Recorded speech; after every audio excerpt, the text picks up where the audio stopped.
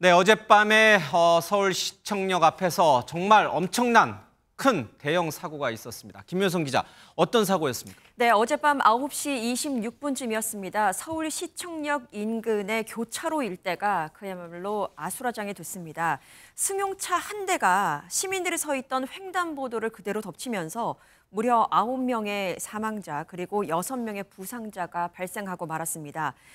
이곳이 평소에 유동인구가 굉장히 많은 그 시내 한복판이고 또 퇴근 후에 저녁 식사를 하거나 회식을 마친 분들이 귀가를 하는 그 시간대였기 때문에 정말 사람들이 많이 몰렸었습니다. 그래서 대규모 인명피해로 이어질 수밖에 없었는데요. 아찔했던 사고 당시 모습이 CCTV에 포착이 됐습니다. 함께 영상 보시겠습니다. 네, 평화로운 저녁 시간이었습니다. 시민들이 걸어가던 인도를 향해서 갑자기 승용차 한 대가 이렇게 돌진을 합니다. 순식간에 달려든 차량이 시민들을 덮쳤고요. 차량에 지나간 인도 위로 가드레일은 그야말로 엿가락처럼 이렇게 휘어버렸습니다. 사고 당시 굉음이 아주 크게 발생하면서 멀찍이 떨어져 있던 시민들은 걸음을 멈췄고요. 인근 가게 안에서 식사를 하던 손님들도 모두 깜짝 놀라면서 창가에 이렇게 몰려들 정도였습니다. 예. 사고 직후에 일대가 경찰과 소방에 의해서 통제되기도 했었는데요. 현재 현장은 어느 정도 수습이 된 상황입니다. 예. 60대 운전자가 몰던 국내 제조 고급 차량. 역주행인데다가 인도로 돌진을 하면서 저녁 시간대 술 한잔 걸치고 나온 분들 또 집으로 귀가하는 시민들이 횡단보도 앞에서 또 인도에서 봉변을 당했습니다. 9명이 사망하고 6명의 부상자가 발생을 했습니다. 목격자들의 진술을 들어보겠습니다. 앉아서 이제 밥을 먹고 있었죠. 소리가 이게 난 전쟁 난 줄 알아서 엄청 컸어. 여기서 큰 소리가 나길래 딱 이렇게 들어보니까 검은 승용차가 한참 0.001초 차이로 저 사거리에서 좌회전으로 해서 저 도로가 있는데 딱 서더라고. 근데 너무 컸거든. 빡시기야. 우리는 여기서 술 먹다 그 소리 듣고 야 이거 큰 사고 났구나. 예, 제가 저 CCTV 원본을 봤는데 너무 끔찍해서 시청자 여러분들에게 설명하기 좀 어렵습니다. 인도를 평화롭게 걸어가던 여성이 있었고 그 옆에 남성이 있었습니다. 근데 차가 갑자기 뒤에서 인도를 덮치면서 그 여성은 정말 천우신조로 무사했지만 그 남성은 그대로 차가 치고 갔고 또 식사 도중에 뭐 담배 한 대를 피우려는지 잠깐 바람을 쐬려는지 이제 인도 바로 옆에 이제 가게가 있었으니까 잠깐 나와서 이 3, 4, 5 모여서 이 담소를 나누고 담배 한 대 피던 시민들을 그대로 덮쳤고 또 횡단보도 앞에 신호대기를 기다리던 시민들까지 순식간에 덮쳤습니다. 전예평 평론가님, 어떻게 이런 정말 대한민국 그러면은 나름 굉장한 선진국이고 교통문화 선진국이고 신호체계도 잘 갖춰져 있고 또 인도와 차도의 분리도 잘 돼 있거든요. 어떻게 이런 최악의 사고가 발생합니까? 그렇습니다. 이곳이 뭐 한적한 곳이나 외진 곳이 아니죠. 아프리카 아니에요. 그렇습니다. 동남아시 아니고. 서울에 있는 말 그대로 교통의 요충지 많은 사람들이 모이는 곳에서 이런 사고가 일어났었는데요. 차량 운전자는 68세의 남성이고요. 아내를 옆에 태우고 서울 중구에 있는 한 호텔에서 주차장을 일단 빠져나왔습니다. 그런데 주차장을 빠져난 직후에 일방도로인 4차 도로인 세종대로 18길로를 200m로 역주행하기 시작을 했습니다. 예. 이후에 우리 많이 아시는 북창동 먹자도로가 있는데 그 골목 초입가에서 인도로 돌진을 했고요. 맞아요. 지금 제 화면에 나오는 저곳이에요. 예, 그렇죠? 이곳에서 바로 저게 원래 차가 저 방향으로 가서는 안 되는 반대 방향으로만 가는 일방향 도로거든요. 그렇습니다. 더군다나 역주행도 문제인데 인도로 돌진해서 보행자들을 덮친 겁니다. 그리고 이후에도 교차로까지 속도가 줄지 않고 계속 진입이 됐었는데요. 예. 보행자들만 친 것이 아니라 차량 2대와도 추돌을 했고요. 교차로 건너역, 시청역 12번 출구 방향까지 튕겨 나간 후에야 이제 차량이 멈춰졌습니다. 그런데 이 사고가 이 호텔 주차장에서 빠져나온 지 한 1분 정도 후에 벌어진 건데 예. 사상자는 무려 15명이나 발생을 했습니다. 9명이 숨지고 6명이 이제 네. 다쳤습니다. 저도 저곳을 잘 압니다. 자주 가고 또 북창동 먹자골목에서도 많이 이제 음식이나 저녁 식사를 했던 곳입니다. 박선미 변호사님, 저곳은요, 제가 너무 잘 알아합니다. 그 바로 앞에 있는 큰 호텔에서 나오면 저 도로로 진입할 수가 없어요. 일반 그렇죠? 통행이죠. 예. 예. 그럼에도 불구하고 사고가 발생했는데 이 사고 직후에 가해 차량에서 운전자 68세 남성과 동승자 아내가 동시에 내렸습니다. 운전자 의식이 있는 상태로 현장에서 체포됐고 경찰이 음주운전이 의심돼 음주 측정을 시도해봤지만 양성 반응은 나오지 않았다고 합니다. 예. 이 동승자 아내에 따르면 이 두 사람이 당시 호텔에서 열린 가족 칠순잔치에 참석했다가 돌아서 나오는 길이었고 절대 술자리는 아니었다고 합니다. 예. 실제로 이 운전자 경기도에 있는 버스 회사 소속 버스 운전 기사입니다. 예. 1974년에 버스 면허를 취득해서 평소에 20인승 중형 버스를 운행해 왔다고 하는데 이 버스 회사 관계자에 따르면 입사 후 사고 이력도 없었고 주변 기사들에 따르면 원래 술도 안 마시는 베테랑 기사였다고 합니다. 예. 버스 화물차 운전 경력 40년, 거기에다가 평소에도 음주는 전혀 하지 않는 베테랑 기사였는데 어떻게 신호도 없는 길을 역주행으로 그것도 과속으로 인도로까지 돌진했을까? 정말 미스테리합니다. 그렇습니다. 이 가해 차량 운전자가 아마 사고 직후에는 갈비뼈가 골절돼서 굉장히 통증을 호소한 예. 모양이에요. 그래서 이제 병원으로 후송이 됐는데 계속해서 급발진이다. 이것은 급발진 100%다 이렇게 주장을 아마 했던 모양입니다. 예. 그 호텔에서 가족 행사가 있어서 행사를 마치고 나온 후에 차를 탑승했을 때 뭔가 평소와는 좀 느낌이 다르다, 좀 이상한 느낌을 받았다고 해요. 그 예. 운전자의 직감이었는지는 모르겠습니다만 그래서 현재 왜 이런 사고가 발생했을까 하는 그 원인을 추정을 해보자면 예. 지금 가해 차량 운전자의 말대로 급발진의 가능성도 물론 있는 것이고요. 운전 미숙이나 부주의와 같은 운전자의 과실이 있지는 않을까 이런 지금 가능성들을 염두에 두고 아마 앞으로 수사가 진행되지 예. 않을까 싶습니다. 베테랑 운전기사는 차량의 결항, 그러니까 급발진 가능성을 얘기하고 있지만 또 목격자라든지 또 잠시 뒤에 더 다루겠습니다만 차량을 스스로 멈춘 걸 보면 브레이크가 또 작동했다는 얘기도 되니까 서로 좀 엇갈리는 그런 주장이 있는 것 같습니다. 김효성 기자님, 차량이 이상했다라고 하는 이 운전자의 주장을 더 뒷받침할 수 있는 영상이 또 있습니까? 일단 말씀하신 것처럼 여러 가지 의견들이 있기 때문에 다각도로 살펴봐야 하고 면밀히 조사를 해야겠습니다. 그래서 다른 각도에서 찍힌 영상도 하나 준비를 했습니다. 예. 사고 당시 영상인데요. 다시 한번 보시겠습니다. 네, 홀로 빠르게 달려가는 검은 차량 한 대 보셨는지 모르겠습니다. 순식간에 지나가네요, 네, 빛처럼. 그렇습니다. 예. 갑자기 다가오는 차량에 놀란 시민들이 아주 황급히 몸을 피하는 모습도 보였고요. 서울 도심 한복판에서 시민들을 덮친 이 차량. 사고 이후에요. 속도를 서서히 이렇게 줄이더니 그제서야 완전히 멈춰섰습니다. 박선미 변호사님, 저 얘기는 그러니까 급발진은 어딘가 뭐 전봇대를 부딪히든지 벽이랑 부딪혀야 멈추지 스스로 브레이크를 밟아서 제동 장치에 의해서 멈출 수는 없잖아요. 급발진이 주장이 나오고 있습니다만 사고 현장을 목격한 시민들은 급발진이 아니라고 입을 모으고 있습니다. 예. 전형적인 급발진의 유형은 이 차량이 속도를 줄이지 못한 채 만연히 진행하다가 벽이나 구조물에 부딪히면서 가까스로 멈추는 형태를 취하는데 예. 목격자들에 따르면 이 차량이 행인을 친 후 스스로 멈추는 모습을 보였다고 합니다. 한 예. 목격자에 따르면 급발진은 절대 아니었다. 횡단보도 앞에서 차량이 멈췄다고 진술하고 있고 또 다른 예. 목격자도 이 차량이 사람들을 다 친 뒤 스스로 멈췄다. 이 차량은 브레이크를 잡아 멈추는 모습이었다고 전하기도 하고 있습니다. 실제로 다른 차량 블랙박스에 찍힌 영상을 살펴보면 이 차량이 스스로 멈춰서는 장면도 담겨 있다고 합니다. 예. 김현주 평론가님, 그러니까 이게 운전자 주장대로 급발진이라고 보기에도 뭔가 미심쩍고 그렇다고 운전자 과실이라고 보기에는 40년 베테랑 기사인데 음주를 하지도 않는 양쪽 다 뭔가 좀 안 맞아요, 그렇죠? 뭔가 딱 떨어지는지 않아요.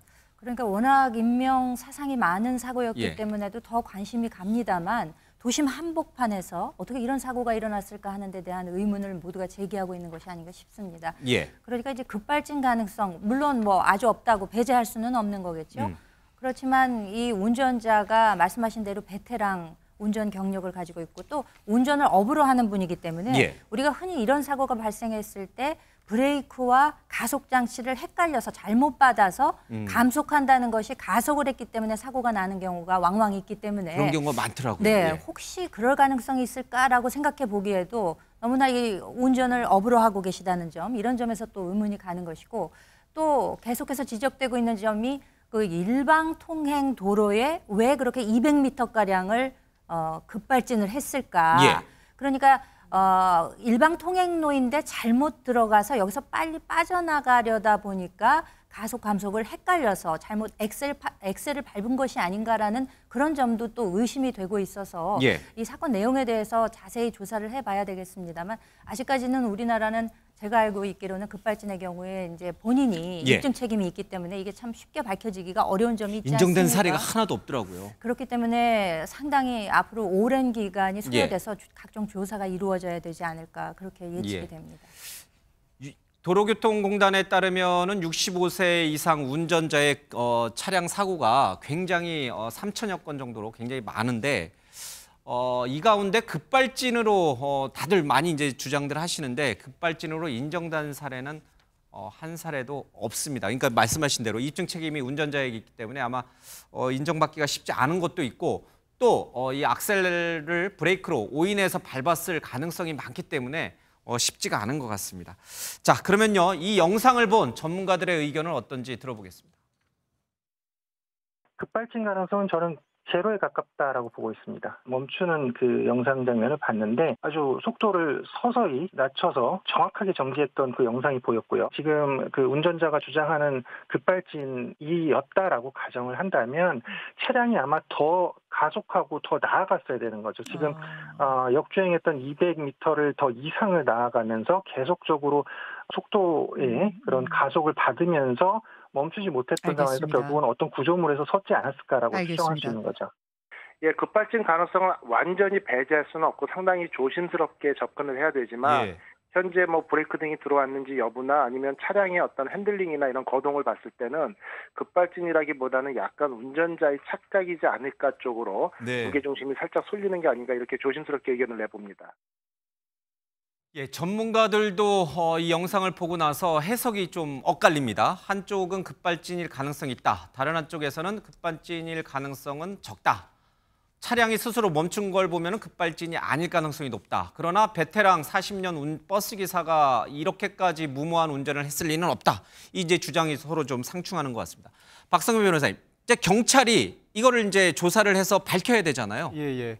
오늘 오전 브리핑에서 경찰은 일단 이 운전자를 교통사고 처리 특례법 위반 혐의로 입건했다고 밝히면서 급발진의 근거는 아직까지는 피의자 측 진술뿐이라고 설명했습니다. 예. 앞으로 국과수의 사고 차량 분석 결과를 토대로 사고 원인을 규명할 방침이고 급발진이 입증되더라도 적용 혐의는 달라지지 않는다. 즉 이 혐의에 유무죄 판단만 할 것이라는 설명을 덧붙이기도 했습니다. 예. 현재 가해자가 갈비뼈 골절로 병원에 입원 중인데 회복이 어느 정도 이루어진 후에 조사를 할 예정이지만 입원 기간이 길어지면 방문 조사도 검토하고 있습니다. 사실 급발진 여부는 여러 자료들을 통해서 어느 정도는 규명해낼 수가 있습니다. 목격자들 진술뿐만 아니라 블랙박스, CCTV 등을 통해서 브레이크 등이 들어왔는지 그 외에도 이 운행의 형태와 경음의 유형이 급발진의 전형적인 형태나 유형과 유사한지 여부를 밝힐 필요가 있어 보입니다. 그 외에도 사고 기록 장치 EDR 분석뿐만 아니라 차량 자체에 대해서 국과수 감정을 앞두고 있는 만큼 어느 정도는 급발진 여부가 규명될 가능성이 열려 있는 것으로 보입니다. 예. 박성규 변호사님, 지금 경찰 얘기는 급발진이라고 할 만한 근거는 이 가해 운전자의 진술밖에 없다. 네네. 그러니까 객관적으로 급발진일 거라는 것을 증명할 수 있는 다른 근거는 없다는 게 일단은 지금 경찰의 브리핑 설명 내용이잖아요. 경찰의 설명은 사고 초반이고 직접 그 피의자 신문도 진행하지 못한 상태이므로 어느 쪽 진술에도 신빙성을 부여하지는 못하는 상황이고 예. 일단은 그와 같은 주장이 나온 단계에 불과하다는 설명입니다. 사실 우리나라에서 급발진이 대법원 판례로 인정된 전례는 단 한 건도 없습니다. 그렇지만 과거에 고속도로에서 2명을 친 사망사고가 발생했을 때 그 사건에서 1심에서는 여전히 급발진이 인정되지 않았지만 항소심에서 그 결론이 뒤집혀서 급발진으로 운전자가 무죄 처분을 받은 결론이 있습니다. 그렇지만 검사가 상고함으로써 현재 대법원에 계류 중인데 만약 이 사건에서 급발진이 인정된다면 우리나라에서 최초로 급발진이 인정된 사례가 될 것이고 현대 하급심이 급발진의 입증 부담을 상당히 덜어주는 방향으로 운영되고 있습니다만 이 사건의 경우에는 급발진을 입증할 만한 근거가 아직까지는 불충분한 상황이라 운전자의 진술을 어디까지 믿어야 할지는 아직 보류해야 할 것 같습니다. 지금 경찰은 이 가해 차량 운전자를 업무상 과실치사 혐의로 입건을 했어요. 그리고 구속영장을 청구하는 것을 검토하고 있다라고 얘기를 했어요.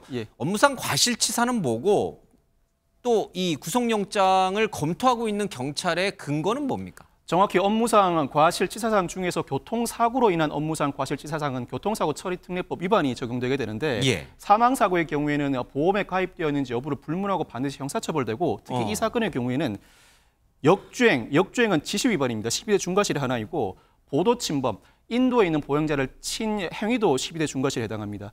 단순히 상해에 그쳤다고 하더라도 형사처벌이 불가피한데 사망사고까지 발생했고 특히 사망사고의 경우에는 합의가 이루어지지 않으면 수사 단계에서 구속영장을 신청하는 경우가 많습니다. 특히 이 사건의 경우에는 9명이나 사망했고 4명이 부상을 입은 큰 사고이므로 통상의 경우에는 구속영장을 신청해서 사건을 진행해야 할 사안으로 보입니다. 다만 운전자가 급발진을 주장하고 있는 이상 국과수의 1차적인 감정 결과라도 급발진의 가능성이 있다는 감정 결과가 나온다면 그때는 구속영장 신청을 주저할 것입니다. 그렇지 않고 전형적인 사건 진행 방식을 그대로 따른다면 아마 어느 정도 몸이 회복된 이후에는 경찰이 구속영장 신청을 적극적으로 검토할 것 같습니다. 지금 법원이 구속영장을 발부할지 말지는 이제 법원 손에 달려 있는 거죠? 경찰이 구속영장을 신청하고 검사가 받아들여서 구속영장을 청구하면 그때 법원 손에 들어가게 되는 것이죠. 그러면 만약에 구속된 상태에서 국가수 결과가 나와야지만 풀려날 수 있는 건가요, 이분은? 제가 보기에는 전형적인 사건 방식을 따른다면 지금도 구속영장 신청을 할 만하지만 급발진 주장이 나온 이상 정확한 그 사고 원인 결과 분석이 나오지 않는다고 하더라도 여러 정황상 급발진을 의심할 만한 대목이 속속 드러난다. 그렇다면 그때는 수사 단계에서부터 구속영장을 신청하기는 상당히 부담스럽습니다. 그렇지만 그와 같은 가능성이 없어 보인다는 감정 결과가 전문가로부터 나오기 시작한다면 그때는 전형적인 수사 방식대로 수사 단계에서부터 구속영장 신청을 감행할 것 같습니다. 자, 이담화 아나운서, 이 가해 운전자도 본인의 신변이 걱정이 되겠죠. 그 옆에 동승했던 아내가 뭐 사람들 이렇게 치이고 이런 거보다도 자기 운전했던 자기 남편 아니를 더 걱정했다 이런 얘기도 뉴스에 흘러나왔는데 당연히 그렇지만 이분은 그래도 어쨌든 살았잖아요. 그러나 9명은 죽었잖아요. 맞습니다. 그 죽은 분들을 우리는 더 애통해야 하고 생각할 수밖에 없잖아요. 정말 안타까운 일이 아닐 수가 없습니다. 일단 9명의 정말 안타까운 목숨이 희생이 됐습니다. 사고가 났던 시간과 장소를 따져보면 평일 저녁이었고 이 장소는 회식을 하러 많이들 가는 직장인들이 많이 가는 곳입니다. 그랬기에 평범한 직장인들이 희생이 된 건데요. 누군가의 아버지이기도 했고 한 집안의 가장이기도 했습니다. 특히 9명 가운데 4명은 같은 은행 동료였다고 합니다. 이 근처에 본점을 둔 한 은행의 동료였는데요. 이 은행에는 40, 50대 직원 4명이 이번에 사고를 당했는데 이 사고 날 전날에 해당 은행에 승진 인사가 있었던 날이어서 아마 이걸 축하하기 위해서 함께 회식을 했던 걸로 보입니다. 이 은행 관계자에 따르면요. 주변에 이미 같은 은행에 이제 많은 직원들이 회식을 하고 있었다고도 합니다. 그리고 본인상 이 4명이나 갑작스럽게 전해졌기 때문에 분위기가 굉장히 참담하다라고 전하기도 했습니다. 그리고 사망자 9명 가운데 4명은 같은 은행 직원이었고요. 서울시청 직원 2명, 또 병원 용역업체 직원 3명도 있었습니다. 전혜연 평론가님, 이 서울시청, 그러니까 지금 앞서 우리 이담 방송인께서 얘기한 이 은행 직원 4명은 승진 축하를 위해서 선후배 동료들끼리 이제 저녁 식사를 하는 중이었고 또 이 지금 방금 말한 서울시청 2명 중에 1명은 이제 방호팀장이에요. 방호팀장이 뭐 하는가 이렇게 한번 봤더니 서울시청 시청역 앞에 매번 주말마다 시위 집회가 많잖아요. 그리고 뭐 이태원 참사부터 시작해서 분향소도 많고 그거를 관리하고 또 그런 유가족들과 같이 대화도 하는, 그러니까 집단 사망 사고가 일어나서 분향소가 차려지면 이 시청 직원 방호팀장이 가서 그거를 관리하고 유가족들과 얘기도 하는 거예요. 근데 이분이 또 집단 사망 사고의 희생자가 되어버렸어요. 그렇습니다. 뭐 모든 사망 사고에 대해서 많은 분들이 안타까워할 수밖에 없습니다만 이 공무원분 평소에 정말 일하는 것밖에 몰랐다. 밥 먹고 일하는 거에 아무것도 안 한다는 말이 나올 정도로 정말 공무를 열심히 하셨던 분인 것으로 알려져 있고요. 특히나 많은 분들을 안타깝게 한 것은 이분에게 이날은 정말 사고가 없었다면 너무 기뻤을 날이었던 것으로 추정이 됩니다. 예. 왜냐? 승진 축하 파티를 하던 날이었다라고 해요. 예. 그리고 이분이 속한 팀이 이달의 우수팀 수상자로 선정돼서 너무너무 기뻐했던 그런 날인데 이런 사고를 당한 겁니다. 상금 20만 원의 트로피까지 그렇습니다. 받은 날이었잖아요. 그리고 이분이 사실 공무원이 되는 스토리를 지금 유가족들이 전해온 것을 보면 예. 요즘은 좀 나아졌지만 과거에는 장애 있는 분들이 공부하는데 좀 환경이 적절하지 않았었는데 예. 어릴 때 사고로 한쪽 눈 시력을 잃었는데도 너무 열심히 공부해서 공무원이 됐기 때문에 가족들이 너무 자랑스러운 우리 막내다라고 평소에 정말 자랑하던 분이었다라고 하는데 이날 또 사고를 당했다고 합니다. 그래서 많은 분들이 안타까워하고 있고요. 동료들도 굉장히 슬퍼하고 있는 것으로 전해지고 있습니다. 예. 박선미 변호사님, 이 너무나 충격적인 사고였고 그래서 어제 저녁부터 모든 사람들이 이 뉴스에 굉장한 관심을 갖고 있습니다. 저 장소는 저도 그렇고 박선미 변호사도 자주 그럼요. 다니는 예, 길이고 예. 횡단보도 앞에 많이 사람들이 서 있잖아요. 네, 네, 그렇죠? 네. 그렇기 때문에 남일 같지가 않고 자기일 같고 정말 이게 나에게도 일어날 수도 있는 일이구나 이런 생각을 좀 하는 것 같습니다. 네네. 이 진실이 밝혀지는데 얼마나 걸릴까요? 아마 이 사건의 경우에는 일종의 대형 참사에 준한 사고가 발생한 이상 경찰력이 집중적으로 투입해서 사건에 매달릴 것으로 보입니다. 경찰이 집중적으로 사건에 매달리기 시작하면 사실 어떤 사건이든 한 달 안에는 모든 결론이 나오기 마련입니다. 예. 국가수 감정을 의뢰할 때에도 국가수뿐만 아니라 여타기관의 감정을 의뢰할 때도 마찬가지입니다. 우선 시급을 요하는 사건의 경우에는 신속하게 그 결론을 내줄 것을 부탁하는 경우가 많고 예.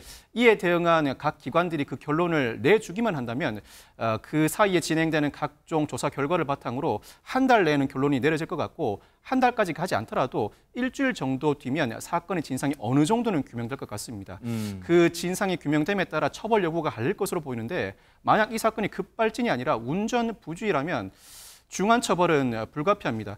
누구나 다니고 있고 많은 사람들이 알고 있는 장소에서 벌어진 사건으로서 그 피해자들의 절절한 마음도 고려해야 할 뿐만 아니라 9명이 사망한 사건입니다. 거기에 역주행에 보도 침범까지 추가된 사건이라 교통사고 처리 특례법 위반의 법정형이 5년입니다만 예. 5년에 여러 사람이 사망한 사건의 경우에는 가중했을 때 최대 형량이 7년 6월의 금고입니다. 근데 교통사고의 경우에 7년 6월의 금고까지 선고된 전례가 없습니다만 예. 이 사건의 경우에는 운전자의 부주의라는 점이 입증된다면 7년 6월 금고에 준하는 즉 육박하는 형이 선고될 만한 사안이라고 할 수 있습니다. 예.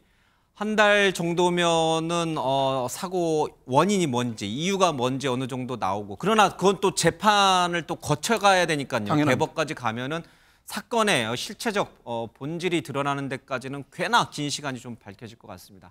지금으로서는 이게 급발진인지 아니면 운전자의 이 과실치사인지는 알 수가 없는데 김현주 평론가님, 지금 사람들은 그런 얘기를 합니다. 이제 이분의 연세가 68세예요. 뭐 요즘 뭐 100세 시대에 68세는 고령이라 할 수도 없지만 어쨌든 우리 도로교통법상 운전면허상 65세를 넘어가면 고령 운전자로 얘기를 하고 있고 또 일정 나이가 되면은 정부에서도 운전면허증 자진 반납을 좀 유도를 하는데 어떻게 보세요? 이걸 좀 더 낮춰야 된다고 보세요? 아니면 65세면 정말 너무 청춘이거든요. 그런 사람들에게 운전면허를 자진 반납하라 하는 건 너무 시대 흐름에 안 맞는다. 또 이렇게 볼 수도 있고. 이건 진짜 사견입니다. 어떻게 그렇습니다. 생각하세요? 뭐 68세라는 연령만을 놓고 본다면은 요즘에 이제 개인차가 있기 때문에 어떤 분들은 청년 못지않게 왕성한 활동을 하는 분들도 계십니다만 또 건강 상태에 따라서는 건강이 좋지 않은 분들도 계시죠. 예. 근데 이 이동권이라고 하는 것은 어떻게 보면 개인의 이동의 자유, 그러니까 헌법상 주어진 개인 인권의 문제에도 해당이 되는 것이기 때문에 어떤 특정 연령이 되었다고 해서 일방적으로 운전면허를 반납해라 마라 하는 것이 국가의 지나친 과도한 그 좀 개입이다 이렇게 볼 여지도 없잖아 있죠. 그렇군요. 그런데 지금 우리 인구 구조가 사실 그 베이비 부머가 노령층에 진입을 하면서 노령층 인구가 자체적으로 늘어난 그런 측면도 없지 않아 있습니다. 그렇고 또 이번 사건에 관해서는 지금 쭉 논의가 있어 왔습니다만 과연 이것이 차량의 결함 그러니까 급발진인 것인지 아니면 개인의 운전 부주의에 의한 것인지 일단 원인 규명을 밝혀야 할 것이고 아울러서 고령층 운전자들에 대해서도 우리가 본격적인 논의를 한번 더 해볼 그런 계기는 되었다. 저는 그렇게 판단을 하고 있습니다. 전희연 평론가님, 저 호텔과 그다음에 그 앞에 도로 그리고 저쪽 소공동에서 이렇게 나와서 한국은행과 이쪽 시청역으로 갈라지는 그 도로의 교통 시스템을 저도 이제 잘 알거든요. 우회전 신호인데 우회전 하려면 이렇게 완전히 호텔 앞에서 완전히 꺾어줘야 되는데 자칫하면 아까 이 지금 사고가 일어난 그 일방 통행길로 갈 수도 있거든요. 도로 시스템, 그러니까 교통 신호 시스템도 뭔가 한번 다시 좀 잘 들여다봐야 될 것 같아요, 이번 기회에. 예, 저는 이번 일을 계기로 그냥 안타깝다 할 것이 아니라 유사한 사건이 또 일어날 가능성을 어떻게 하면 철저하게 대비할 수 있을지 앵커님께서 말씀하셨듯이 여러 가지 살펴봐야 된다고 생각이 드는데요. 예를 들면 운전자에게 혼선을 초래할 수 있는 신호라든가 또 일방 통행에 있어서 이것을 운전자들이 착각할 수 있는 부분이 있는지 또 안전 패스 이번에 다 뭐 찌그러졌다 이렇게 나오고 있는 건데 조금 탄탄한 걸로. 그렇죠. 여기 뭐 보행자들이 워낙 많은 곳이니까요. 만일의 상황을 대비해서라도 안전 패스를 좀 더 강화하는 이런 방안도 필요하다고 봅니다.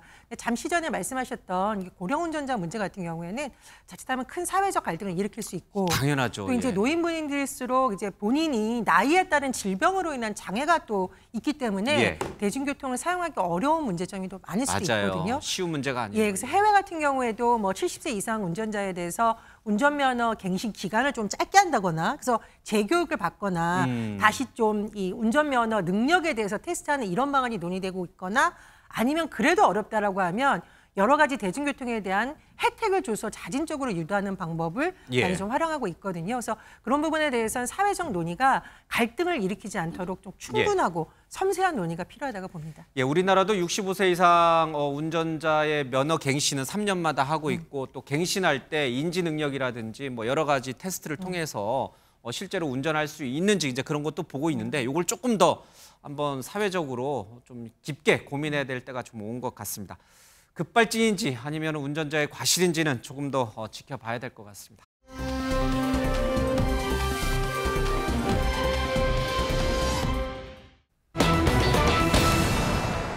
자, 어깨동무하며 웃었지만 이런 제목이 있습니다. 어디에서 어떤 사람들이 그런 것인지 화면 보겠습니다.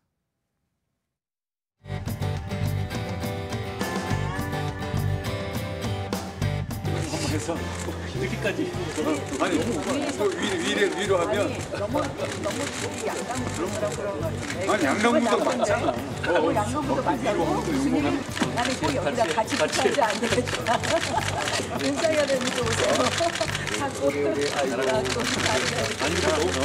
우리 국민의힘이 지금 우리 정부를 지킬 힘이 있습니까? 당과 대통령이 싸우면요 결국 당은 깨지고 정권을 잃습니다. 이제 전장은 국회입니다. 국회를 모르면 의회 독재의 속수무책입니다. 책임을 묻는 사람도 책임을 지는 사람도 한 사람도 없습니다. 사실상 이 당의 미래가 없습니다. 9명이 숨지고 6명이 다친 대형 참사, 충격적인 사고 소식 뒤에 이렇게 정치인들이 웃고 떠드는 뉴스를 넣어서 조금 좀 마음이 좀 이상하긴 합니다만 또 오해 없으시기 바랍니다. 뭐 정치의 영역은 정치의 영역이고요. 우리가 또 사고의 영역은 사고의 영역이냐. 그러나 어쨌든 오늘 같은 날 이 전당대회, 국민의힘 전당대회에 출마하는 후보들이 조금 더 자중하는 모습을 보였으면 좋겠다. 이런 생각도 드는 건 어쩔 수가 없는 것 같습니다. 자, 세 후보가 마치 서로 작전을 짜고 한 후보, 한동훈 후보를 공격하는 것처럼 이렇게 비춰졌습니다. 이 원희룡 후보와도 이 한동훈 후보가 한때는 지난 총선까지만 해도 굉장히 우애가 돈독한 서울대 법대 선후배 사이였는데 지금 오늘 모습만 놓고 보면 이제 완전히 또 갈라섰구나 이런 생각이 들 정도였습니다. 영상 보겠습니다. 생각하지 말고 나 이거 사줘요. 예. 돈이 없어 지금. 2만 원어치. 아니 주문을 나 이것도 사줘요. 이것도. 예. 제가 너무 베껴 먹는 거 아니에요? 이거 좋아해? 그럼 나는 너무 사랑해. 하나 더. 제가 그분을 굉장히 열심히 도와줬잖아요. 지역 유세에도 와준 거 인정합니다. 그 유세 지원은요. 그는 어느 정당 어느 때에도 하는 겁니다. 과거에 황교안 대표도 다 했던 것들이에요. 5월 달에 저랑 만났을 때만 해도 아니 선배나 나나 왜 나가냐 그런 기조로 많은 이야기를 했었거든요. 근데 왜 갑자기 그게 변했는지 그런 얘기 안 했습니다. 그런 거 서로 상의할 사이는 아닙니다. 그리고 그때가 5월 초인데 무슨 전당대회까지 얘기를 하겠어요. 말 한마디도 지려고 안 하는 스타일이 있더라고요. 다급하셔서 무리하신 것 같아요.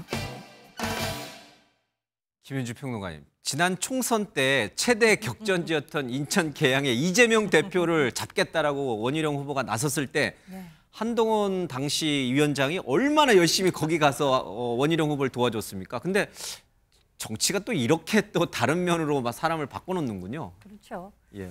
뭐 특히 정치적 유불리를 놓고는 뭐 안면몰수라고 할까요? 얼굴이 확 바뀌는 그런 모습들을 보시면서 아, 정치가 뭔데 권력이 뭐길래 뭐 이런 생각들을 아마 다 하시지 않을까 싶은데 이제 국민의힘이 선거관리위원회에서 이제 준비를 한 여러 가지 행사들이 오늘 본격적으로 그 레이스를 출발을 한 겁니다. 이제 오늘 5분 비전 발표회를 시작으로 해서 계속해서 이제 각 지역별로 합동 연설에 또 TV 방송 토론회 방송사에서 서로 개최하겠다고 연락이 답지하는 바람에 상당한 경쟁 구도 속에서 이제 그거 결정이 됐는데 이제 앞으로 많이 보실 기회가 있을 겁니다. 아무래도 지금 1대3 구도인 것만은 분명해 보입니다. 그것은 이제 여론조사상 한동훈 후보가 크게 앞서 나가는 그런 비율의 퍼센티지를 점유를 하고 있고 나머지 분들이 이제 1대3 구도가 되어 있는데 요번에 그 전당대회 룰에서 당심과 민심의 비율이 8대2입니다. 근데 여기서 이제 당심이라고 하는 것은 지금 현재 나오는 여론조사들은 주로 국민의힘과 무당층만을 대상으로 한 것이기 때문에 실제로 이것이 이제 표로 연결됐을 때는 그 당심이라고 하면 실제 책임당원으로서 선거인단에 잡혀있는 분들이 이제 투표를 하는 거거든요. 그러니까 일반 지금 여론조사와는 조금 다른 국면이 펼쳐질 가능성도 있습니다. 그리고 또 이번에 결선투표제가 있기 때문에 지금 3대1 구도라고 하더라도 만약에 결선투표로 가게 되면 그러니까 그 이야기는 50% 이상을 득점하는 후보가 없을 경우에 이제 2등 후보와 1등 후보가 결선에 가서 맞붙게 되면 자동적으로 그 연대 효과가 나오지 않습니까? 그렇게 해서 힘을 모아서 한번 끝에 되치기를 해보겠다. 이런 심산이 있기 때문에 상당히 좀 네거티브적 요소가 있는 이런 국면으로 좀 가는 것이 아닌가 이렇게 보고 있습니다. 총선 때만 해도 이제 서울대 법대 선후배 사이고 뭐 최고의 응원, 최고의 후보다라고 서로를 추켜 세웠던 두 사람이 이제는 좀 달라졌습니다. 원희룡 후보 말이 굉장히 좋습니다. 당시에 한동훈 위원장이 열심히 도와주지 않냐 그랬더니 그건 다른 후보들, 저 대표들도 다 하는 거다. 뭐 특별히 뭐 한동훈 후보가 나 이뻐서 했겠냐 이런 식으로 얘기를 했습니다. 이런 비정한 정치 세계에 왜 자꾸 뛰어드시려고 그럽니까? 글쎄 말입니다. 근데 저도 출마를 했던 사람이기 때문에 그래서 여쭤봅니다. 이거 가지 마세요, 정치. 아니죠. 근데 뭐 세상을 또 바꾸는 약자를 위한 가장 강력한 무기가 정치라고 합니다. 그만큼 국회의 역할이 중요하고 정치의 역할이 중요한데 저는 다만 국민의힘에서 비전 발표를 한다고 그러는데 왜 비방 발표를 자꾸 하려고 하냐. 내가 뭘 잘한다를 가지고 자꾸 국민들에게 지지를 호소해야 되는데 너무 상대방 흠집내기에 몰두하는 것이 아니야라고 좀 국민한 사람으로서 답답한 느낌이 들고요. 또 하나 우리 예전에 이 한 지상파 방송 프로그램 중에 누가 잘하나라고 기억나시죠? 초등학생들이 나와서 한 명은 바람이 머물다가 한 명은 우리들은 새싹들이다 해서 실력 경쟁을 했는데 국민의힘에서는 요즘 실력 경쟁을 하는 것이 아니라 내가 대통령하고 더 친하다 이걸 너무 부각시킨다라는 비판 여론이 나오고 있습니다. 그래서 앞으로는 정말 서민들과 또 어려운 국민들을 바라보면서 어떻게 보수 정당이 총선에서 참패한 이후에 쇄신을 할 거고 또 어떤 점은 반성을 해야 되고 그리고 내가 윤 대통령과 친하다 아니다가 아니라 정말 국민을 위한 입법으로서의 당정 관계는 어떻게 만들 것이다 이런 점을 발표해 주셨으면 좋겠습니다. 정치가 비정하지만 결국 세상을 바꾸는 건 정치뿐이다. 그래서 나는 정치에 도전하겠다. 전혜연 평론가의 얘기입니다. 꼭 성공하시길 바라겠습니다. 감사합니다. 자, 한동훈, 원희룡 두 사람만의 이 스토리가 정치의 비정함을 보여주는 건 아닙니다. 이런 사람도 또 있습니다. 보겠습니다. 머리가 워낙 좋다 보니까 모르겠습니다. 저희들이 같이 일할 때는 많이 이렇게 의논을 하면서 가지 않았습니다. 전화 몇 통하고 문자 몇 번 주고받고 그게 다였습니다. 기억을 잘 못하시는 것 같은데요. 제가 굉장히 많이 상의 드렸고 그 전략이라든가 어떤 당일에 어떤 메시지를 어떻게 내는지에 대해서 저랑 충분히 자주 통화를 했었습니다. 기억을 잘 못하시네요. 제가 머리가 나빠서 뭐 기억을 못한다 이런 표현을 하셨는데 저는 의사이기 때문에 기억 잘합니다. 저는 그 기억 아직 뭐 상실증은 없습니다. 제가 나이 많으니까 미래당 선대위원장 하면서 그냥 좀 참아야지. 이런 것이 많았습니다. 한동훈 위원장에 대해서 참으신 게 많았다는 얘기세요? 많이 참았는데 이게 뭐 원희룡 후보와만도 그런 건 아니고 이뇨한 또 의원은 또 비례 정당에 또 그렇죠?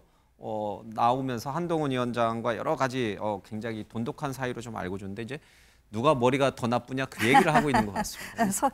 서로의 기억력에 관해서 이야기를 예. 하는데 뭐 사실 최근에 그 미국 대선 후보 토론에서도 보면은 뭐 서로 골프 실력이 누가 좋네 뭐 이런 이야기를 갖고 서로 얼굴을 붉히는 경우도 바이든과 있었는데 트럼프가 그랬죠. 예. 뭐 인신공격성이라고까지 볼 수 있을지는 모르겠으나 이제 그만큼 치열하다라는 얘기겠죠. 예. 이뇨한 후보의 경우에도 지금 최고위원 후보로 출마를 했기 때문에 본인의 의지를 어떤 식으로든 이제 표현을 하는 것이 아닌가 싶습니다. 사실 근데 뭐 이런 인신공격성, 마타도어, 뭐 네거티브 이런 것들 될 수 있으면 피해야 됩니다. 왜냐하면 이게 지금 당내 선거이기 때문에 7월 23일이면 전당대회가 열리고 늦더라도 7월 28일이면 결과가 나오게 됩니다. 그 이후에는 또 원팀으로 가야 되는 것이거든요. 예. 근데 일단 너무 목전에만 생각하고 있다가 이게 자칫 자중질환으로 흐를 수가 있기 때문에 서로 살살 하시면서 선의의 경쟁을 하셨으면 좋겠습니다. 전당대회 끝나고 또 저분들이 어떤 관계를 맺을지 그것도 굉장한 관전 포인트인 것 같습니다. 정치는 이렇게 비정하지만 세상을 바꾸는 건 역시 정치다. 그래서 우리 유권자들도 국민의힘 당원들도 이번 전당대회 또 정치에 관심을 갖고 계속 지켜보는 것은 반드시 필요한 일입니다.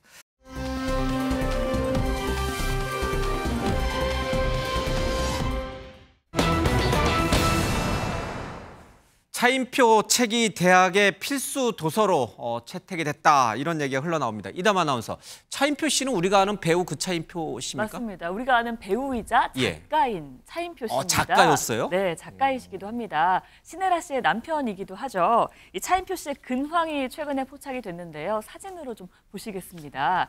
사진을 보시면요. 차인표 씨가 지금 강단에 서 있죠. 예. 와이셔츠 차림으로 강단에 선 여느 교수님 같은데요. 한 명문대 강단에 선 모습이라고 합니다. 그리고 여기는 한국이 아니라 영국의 명문대 옥스퍼드 대학교입니다. 문학 페스티벌이 열렸는데요. 여기서 특강 강연자로 나선 겁니다. 왜냐하면 이 차인표 씨가 쓴 소설이 영국 명문 이 옥스퍼드 대학의 필수 도서로 지정이 됐기 때문입니다. 아니 옥스퍼드 대학 그러면 뭐 세계적인 명문 대학 아니에요? 그렇죠. 차인표 씨 영어로 했나요?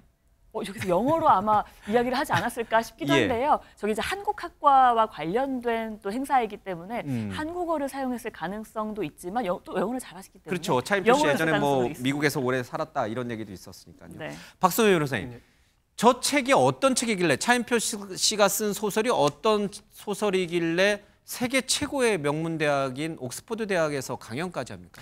이 책이 차인표 씨가 작성한 장편 소설인데 제목이 언젠가 우리가 같은 별을 바라본다면 이 고국을 떠나서 70년 만에 필리핀 한 작은 섬에서 발견된 이 순이 할머니의 젊은 시절을 담아낸 내용인데 일본군 위안부 문제를 정면으로 다루고 있습니다. 이 많은 작가들이 자신의 직간접적인 경험을 바탕으로 소설을 집필하곤 하는데 차인표 씨도 이 캄보디아의 군 위안부로 끌려갔던 훈 할머니를 보고 비로소 책 구상을 시작했다고 합니다.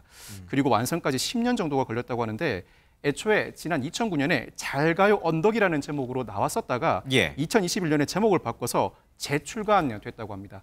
이와 함께 차인표 씨가 이 옥스퍼드대 아시아 중동학부 연구팀이 지난달 28일 개최한 제1회 옥스퍼드 한국문학 페스티벌에 초청돼 강연까지 하게 된 것입니다. 예. 정말 대단하군요. 그러니까 10년에 걸쳐서 쓴 일본군 위안부의 삶을 그린 장편 소설이다.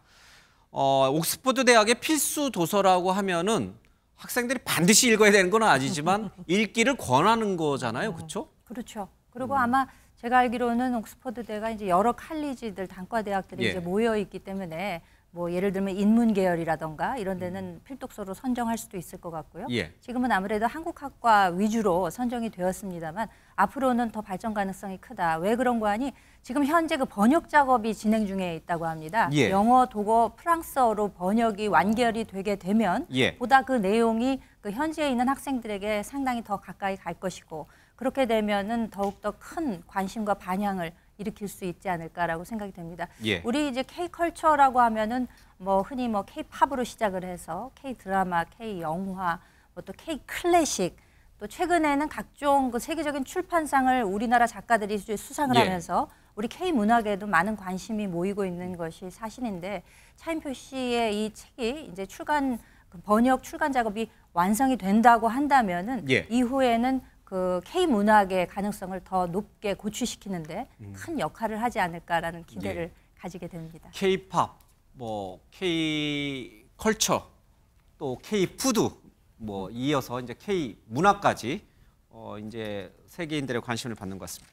김묘성 기자님, 네. 그렇다고 이제 아까 이담 아나운서가 이 차인표 씨가 배우이지만 작가라고 했는데 네. 소설 하나 썼다고 작가라고 부르지는 않잖아요, 그렇죠? 엄격하시군요. 예. 그런데요, 이게 이 차인표 씨 어떤 소설가의 서사가 또 있습니다. 예. 이번에 처음 쓴 소설이 아니고요. 2009년에 잘 가요 언덕이라는 책을 쓰고 2011년에는 오늘 예보라는 책도 썼습니다. 예. 그리고 난 다음에 2021년에 그 잘 가요 언덕이라는 책의 이름을 바꿔서 다시 출간을 하게 되는데 그게 바로 지금 소개시켜드린 언젠가 우리가 같은 별을 바라본다면이라는 책입니다. 예. 2009년에 나와서 꽤 오랜 시간 이렇게 떠돌다가 많은 사람들의 사랑을 비로소 이제 받게 된 건데요. 2022년에도 인어 사냥이라는 책도 이렇게 썼습니다. 예. 근데 이번에 책 날개에 작가 소개를 이렇게 썼더라고요. 소설가이자 독서광 그리고 29년 차 배우라고 썼는데 배우를 맨 뒤에다 놨군요. 그렇죠. 그리고 배우라는 말도 빼놓기 어렵죠. 배우라는 게 사실이기도 하니까요. 예. 근데 보면 과거에 연예인의 소설이라는 한계에 부딪힌 적이 있다라고도 이야기를 한 적이 있습니다. 예. 그 내용을 보면요. 처음에 나는 소설가로서 소설책을 썼는데 그때 함께 묶여서 소개했던 책들이 아이돌 그룹의 화보집이라든지 어떤 여배우의 뷰티책이라든지 이런 책들과 묶여서 소개가 된 거예요. 예. 물론 그것만으로도 굉장히 홍보가 되고 영광스러운 일이겠지만 소설가로서의 카테고리에 묶이기보다는 연예인의 어떤 부업처럼 느낌이 들어서 내가 앞으로 소설을 정말 더 열심히 써야겠다라는 생각이 들었고 그래서 하루에 4-5시간 정도는 꾸준히 매일매일 글을 쓰고 있고 그래서 내가 배우 경력이 더 많지만 소설가로서의 커리어도 계속해서 쌓아가고 있다라고 밝힌 바 있습니다. 예, 하루에 매일 꼬박꼬박 4시간에서 5시간 정도를 습작, 그러니까 글을 쓰는 연습 한 2,500자 정도 되는 것 같은데요. 그 정도면은 뭐 완전히 전업 작가의 길을 가고 있다 이렇게 봐도 뭐 틀린 건 아닌 것 같습니다. 근데 차인표 신혜라 씨 부부는 워낙 착하고 좋은 일을 많이 하는 걸로도 유명하잖아요. 입양도 많이 했고요. 그렇죠?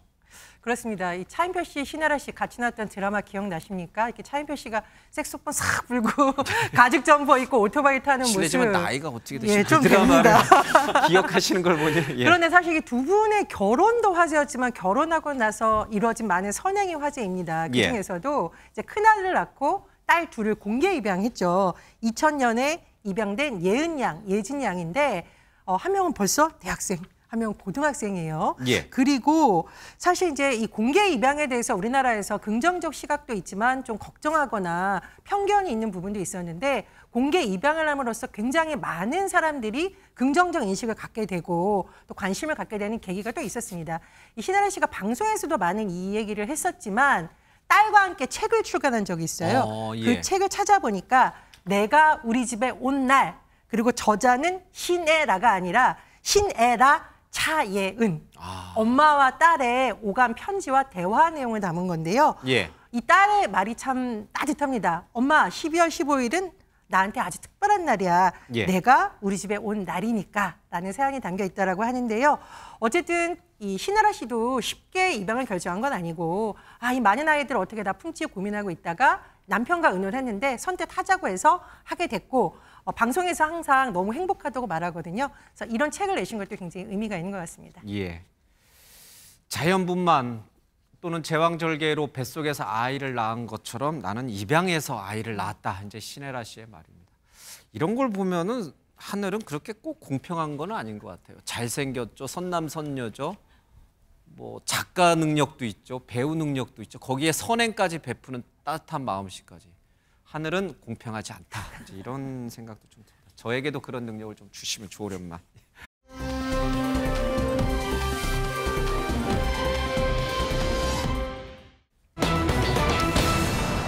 우천시가 어느 도시죠? 김묘성 기자님. 네. 제가 중국의 우한이라는 도시는 들어봤어요. 근데 우천시는 중국 어디에 있는 도시입니까? 저도 이번에 처음 들었는데요. 우천시, 이게 어떻게 된 일이냐 하면 화제가 된 어린이집 교사의 사연이 하나 있습니다. 예. 어린이집에서 어떤 행사를 준비하면서 학부모님들께 가정통신문 하나를 이렇게 전달을 하거든요. 내용은 이렇습니다. 우천시 어디 어디 장소로 변경됩니다. 라는 아주 일반적인 내용이었어요. 야외에서 행사를 진행할 경우에 비가 오게 되면 변경이 될 수도 있기 때문에 장소가 그거에 대한 공지였는데 이것을 본 학부모님의 답변은 의외였습니다. 이렇게 문의가 왔네요. 우천시에 있는 어디로 장소를 바꾸는 건가요? 그런데 우천시가 어디에 있는 도시죠? 라는 질문이 돌아왔다고 하네요. 예. 오늘 것처럼 비가 많이 오는 날은 가정통신문에 반드시 이 우천시가 등장을 하는데 좀 헷갈리시면 안 됩니다. 이거 정말 웃어야 됩니까? 슬퍼해야 됩니까? 이담 아나운서. 그러니까요. 우천시라는 말은 뭐 많이 양보해서 평소에 저희끼리 그냥 대화할 때 쓰지는 않잖아요. 예. 그런데 평소에 대화할 때 쓰는 말까지 모르는 경우가 있다라는 겁니다. 이분은 이제 9년차 어린이집 교사로 있으면서요. 정말 이런 일이 한두 건이 아니다라고 이야기를 했는데요. 예를 들면 섭취, 급여, 일괄 이런 말을 쓰면 학부모들이 이게 무슨 뜻이냐면서 꽤 연락이 온다는 겁니다. 보통 뭐 이런 거를 뭐 섭취해라 또는 뭐 급여하겠다, 일괄적으로 뭘 통보하겠다 이런 얘기 하잖아요. 정말 일반적인 이야기인데도 이거를 이해를 못한다고 하고요.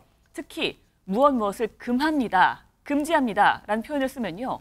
금이라서 제일 좋은 줄 알기도 한다는 겁니다. 금이라서. 보통 아이들 뭐 장난감이나 이런 거에 먹으면 안 되는 거, 아이들이 섭취하면 안 되는 거에 섭취를 금합니다 써 있잖아요.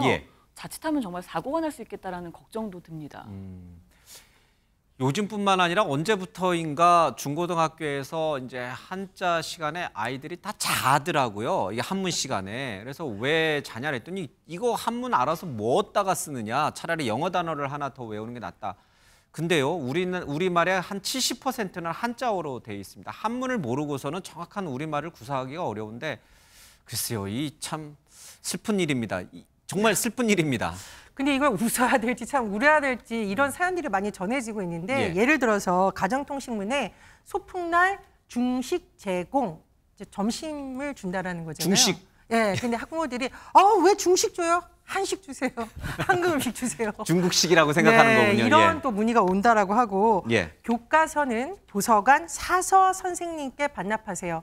사서 선생님. 왜 도서관 가면 이제 선생님도 있으시잖아요. 그런데 사서라고 하니까 직접 사서 구매해서 반납하는 이런 사례도 있다라고 하고요. 자, 여기서부터는 참 정말 이게 웃기가 어렵습니다. 심심한 사과의 말씀을 드립니다라고 하는데 아니 사과하는데 왜 심심하지? 진지하게 사과해라. 이런 말도 나온다고 하고요. 한 대학가에서는 이런 말이 전해진다고 합니다. 대학생들 금일까지 자료를 제출해 주세요라고 했더니 금요일까지 제출하는 그런 에피소드도 전해집니다. 참 이게 한문을 글쎄요, 뭐 우리가 예전에 이제 중국 사대주의로 인해서 뭐 한문을 강제로 쓰고 외워둔 시기도 있었죠, 조선시대. 그 시대는 아니긴 합니다만은 우리말 쓰임 자체가 많은 말들이 한자어로 이었는데 이렇게까지 젊은 분들이 이 한문을 모르고 이렇게 쓰나 싶기도 합니다. 박성배 변호사님, 이 문해력이라고 해야 되나? 그러니까 우리말도 제대로 이해를 못하는 거예요. 그리고 막 단어를 막 쪼개가지고 앞자만 따가지고 막 쓰는 게 유행이고 그건 또 우리 같은 세대가 이해를 못해요. 그러니까 이러다가 세대 간의 대화 소통이 안 되겠어요, 우리말인데도? 이미 세대 간 소통이 안 되기 시작한 상황이 아닌가 싶습니다. 이게 더 벌어지면 더 큰 사회 문제가 될 것 같은데 그전에 어느 정도 바로 잡을 필요는 있어 보이고 앞선 사례들 보면서 저도 사실 매우 당황스러웠지만 모를 수는 있다고 생각합니다. 그런데 이 사안은 단순히 모른다의 문제가 아니라 알려고 하지 않는다가 더 큰 문제라는 지적이 나오고 있습니다. 가장 시끌시끌했던 사례가 바로 지난 4월 한 유튜브 채널에 올라왔던 배우 모집 공고글이었는데 시작은 평범한 구직글이었습니다. 구직 공고를 하면서 모집 인원 땡명 많은 지원 부탁드립니다라고 구직 공고문을 올렸더니 그 반응이 0명 뽑을 거면 왜 공고를 올리냐, 사람 놀리는 거냐라는 반응이 이어졌습니다. 그러자 이 땡명 모집에 대한 자세한 설명을 써놨습니다. 이 땡명 모집은 0에서 9명까지 한 자릿수 인원을 뽑는다는 의미입니다. 설명을 붙였음에도 불구하고 그 반응은 왜 그런 이상한 표현을 쓰냐, 쉬운 표현 놔두고 어렵게 말한다는 반응이 이어졌습니다. 그러면 땡땡명 모집한다고 써 있으면 저거 뭐라고 답변이 나와야 될지 모르겠습니다. 안 뽑겠다는 거냐 이렇게 또 항의가 들어올지 모르겠습니다. 참 답답하기도 하고 걱정이 좀 됩니다. 김민주 평론가님, 이렇게 서로 간에 대화가 안 되고 문해력이 떨어지는 이유는 뭐라고 보세요? 글쎄 뭐 이제 한자 교육 등도 방금 전에 예. 말씀하셨습니다. 뭐 그런 영향도 있을 것 같고요. 저는 그 우리 사회 전반에 관해서 그 문화가 변경된 그런 데서도 좀 이유를 찾을 수 있지 않을까 예. 싶습니다. 우리 그 특히 젊은 세대들 가운데 사흘이라고 했더니 사흘이 3일이야? 4일이 아니고 그렇죠. 이런 이야기가 있었다는 거잖아요. 이런 거는 뭐 구체적인 한자어도 아닌데 이런 경우에는 저희가 어렸을 때만 해도 가족이 대가족이었기 때문에 그 예. 흔히 밥상머리 교육이라고 하잖아요. 그래서 예. 어른들과 또 형제들이 많은 가운데 돌아 앉아서 식사를 하면서 주고받는 대화 속에서 저절로 익혀지는 여러 가지 것들이 있는데 예. 그런 기회가 요즘엔 없지 않습니까? 가족의 구조가 핵가족화되고 또 아이들이 그 교육 제도라고 하는 것이 어떤 그 일정한 통로에 따라서 규격화되다 보니까 예. 그렇게 사람들끼리 이야기를 나누면서 인문학적 소양이 자라날 기회가 사전에 미리 배제되는 것이 아닌가 이런 것도 어느 정도는 영향이 예. 있지 않을까라는 생각을 한번 해봤습니다. 앞서 차인표 씨가 낸 이 화제의 소설 얘기도 잠깐 했습니다만 소설책도 많이 읽고요. 또 과거 문학책들 같은 것도 좀 많이 읽으면은 좀 문해력도 올라가고 단어의 의미도 좀 잘 알 수가 있습니다. 꼭 한자를 배우지 않아도요.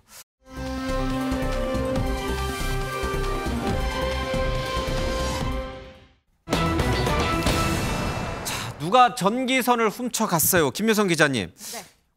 요즘 전기선 인기죠. 예. 아, 비싸요. 예. 아, 그렇군요. 저도 이번에 사건을 보면서 새삼스럽게 알게 됐는데요. 지난달 23일입니다. 누가 전기선을 훔쳐갔어요 라는 신고를 받고 범인을 찾기 위해 경찰이 출동을 합니다. 주변 CCTV를 둘러봤더니 수상한 남성의 눈에 띄네요. 근데 왜 이런 얘기 있잖아요. 얼마 전에 유행을 했었는데 요랬는데 요래됐습니다 라는 말처럼 예. 분명히 들어갈 때는 없었는데 나올 때는 있게 된 상황이 영상에 딱 포착이 됐습니다. 함께 확인해 보시죠.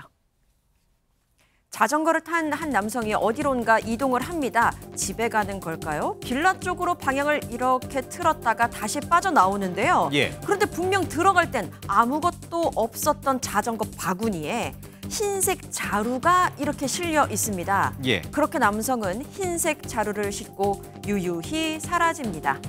전혜선 평론가님, 저게 전기선이 들어있는 그런 주머니였나요? 그렇습니다. 저 분이 너무 태연하고 이래서 예. 설마 도둑인가 싶은데 도둑 맞습니다. 그리고 저 자전거 보시면 예전에 예쁜 여배우가 저거 타고 샤랄랄라 하던 거죠. 그게 아니라 저 도둑으로 훔친 물건을 나르는 도구였던 거죠. 잘 보시면 예. 바구니 안에 자루가 있는데요. 바구니 옆에. 그 자루 안에 전기선이 들어가 있었습니다. 저기는 원래 그 빵과 샌드위치, 뭐 와인 꽃, 뭐 이런 것들이 꽃 이런 게 들어가 꽃이요? 있죠. 그런데 피크닉 갈 때. 이게 이제 정식으로 신고가 접수된 사고인데요. 예. 전기선 들어있는 포대에 모아놨더니 누군가 가져갔어요라고 신고가 들어왔고요. 예. 이 피해자가 인테리어 관련 자영업을 하는 분이에요. 그러니까 이 전기선이 비싼 걸 알고 자루에 모아놨는데 예. 자전거 탄 저 남성이 저렇게 훔쳐서 유유히 달아난 겁니다. 요즘 구리값이 많이 뛰어가지고 저 전기선 비쌉니다. 예, 근데 그거를 또 저렇게 가져갔군요. 이담아 나와서 잡혔어요? 네, 신고를 받고 출동한 예. 경찰이 현장에 갔는데요. 현장에서 상황을 또 영상으로 준비를 했습니다. 함께 보시겠습니다. 신고를 받고 출동한 경찰, 이미 전기선을 다른 곳에 두고 온 범인은요. 멀리서 현장을 지켜봅니다. 눈이 마주친 걸까요? 지금 범인을 발견한 경찰이 재빨리 범인을 쫓아가는데요. 자전거 속도를 따라잡기는 힘듭니다. 하지만 여기서 그만둔 경찰이 아니죠. 경찰은요, 교묘히 숨어버린 범인을 검거하기 위해서 늦은 시간까지 수색을 했고요. 밤샘 수색 끝에 범인의 자전거를 찾을 수 있었습니다. 참 황당한 얘기네요. 이 사람이 근데 경찰을 마주치니까 걸음아 나 살려라 하고 냅다 이제 도망을 갔다고 합니다. 그 영상도 잠깐 좀 우리가 봤지만 그 경찰 잡았던 경찰관의 얘기를 좀 들어보도록 하겠습니다. 집수리 일을 전문적으로 하시는 자영업자신데 그 일을 하시는 동안 모아둔 구리 전기선 도포되었습니다. 최근에 구리 가격 폭등으로 인한 절도 범죄가 많이 발생하는 것으로 알고 있습니다. 주변 차량 블랙박스에 녹화된 피혐의자 인상 차기와 범행 장면을 확인하던 중에 먼 거리에서 출동 경찰관을 지켜보는 수상한 사람이 있었습니다. 범인을 알아차리고 제가 순간적으로 그쪽으로 몸을 돌리자 즉시 자전거를 타고 도주하였습니다. 골목 사이로 막 빠르게 달려가는 자전거를 잡을 수가 없었습니다. 사건 발생 다음 날이 저희 야간 근무이거든요. 밤새도록 그 주택가를 수색한 끝에 모 건물 자전거 거치대에서 CCTV상에 찍힌 범인의 자전거를 발견할 수 있었고 그것을 토대로 범인을 검거할 수 있었습니다. 지금 이제 전 세계적으로 특히 이제 미국이나 유럽을 중심으로 이 송배전 설비, 전기선 교체 시기가 다가왔어요. 그래서 그쪽 관련된 주가도 기업들의 주가도 많이 오르고 있고 국제 구리 가격이 엄청 올랐거든요. 그렇더니 이제 이런 사람도 좀 생긴 것 같긴 합니다.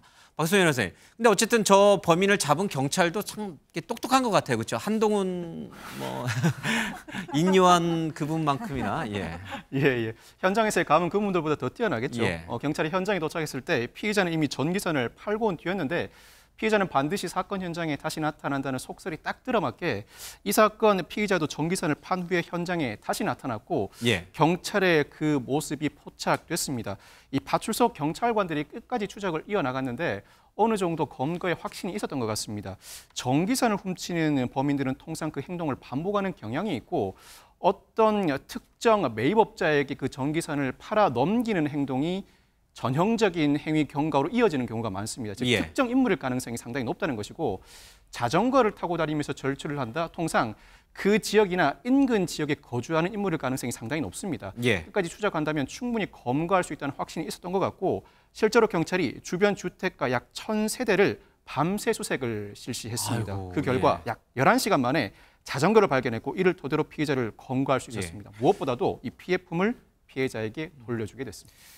뭐 전기선이 비싸긴 하지만 그거 하나 찾겠다고 경찰이 그 뭐 11시간 동안 주변 주택가를 그렇게 샅샅이 뒤지게끔 그런 경찰 행정력 낭비를 일으킨 이분은 좀 크게 한번 혼을 좀 내야 될 것 같습니다.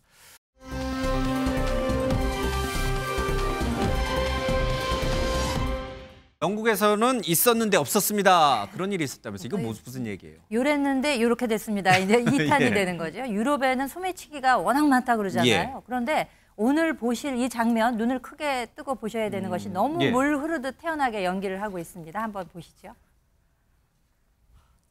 영국 런던의 한 식당인데요. 뭐 거린인가요? 뭐 음식을 좀 달라는 듯한 태도를 보이죠. 종이를 내밀면서 음식을 하나 자연스럽게 집어 먹습니다. 그리고는 유유히 사라집니다. 이담아 나서 이게 뭐예요 이게? 그래 정말 별사람 다 있다 싶잖아요. 계속 식사를 하던 두 여성이요. 10분 뒤에 본인의 휴대전화가 사라진 거를 알게 됩니다. 그리고서 CCTV를 확인하니까요. 정말 놀랄만한 광경이 담겼습니다. 영상으로 함께 보시겠습니다. 손에 들린 종이를 한번 주목해 주세요. 종이가 테이블 위에 있는 스마트폰을 쓱 가립니다. 그리고 여성이 테이블에서 물러나니까 자 종이가 없어지면서 스마트폰도 같이 없어졌습니다. 음식을 구걸하는 줄만 알았는데 이 여성이 도둑이었던 겁니다. 근데요 이게 저분만 그런 거 아니에요. 실제로 우리 후배 기자가 영국으로 출장을 갔는데 똑같이 저렇게 거린인 분이 와가지고 스마트폰 훔쳐가가지고 난리가 난 적이 있습니다.